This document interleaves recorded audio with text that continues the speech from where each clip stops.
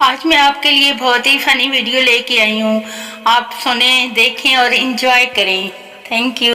लड़की, मेरा वेट कैसे कम होगा? डॉक्टर, अपने सर को दाएं बाएं हिलाना है आपको। लड़की, कितनी बार? डॉक्टर, जब भी कोई खाने का पूछे।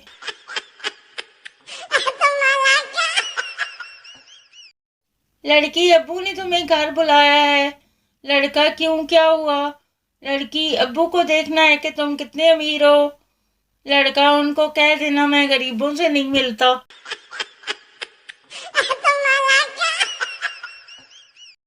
जो लड़कियां जिसको प्राइस कहते नहीं थकती घर में, वही फड्डे डालकर बैठी होती हैं।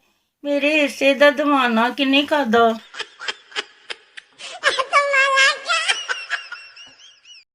लड़के वाले, हमें आपकी बेटी पसंद नहीं है। लड़की वाले, पसंद तो हमें भी नहीं है। अब क्या घर से निकाल दे?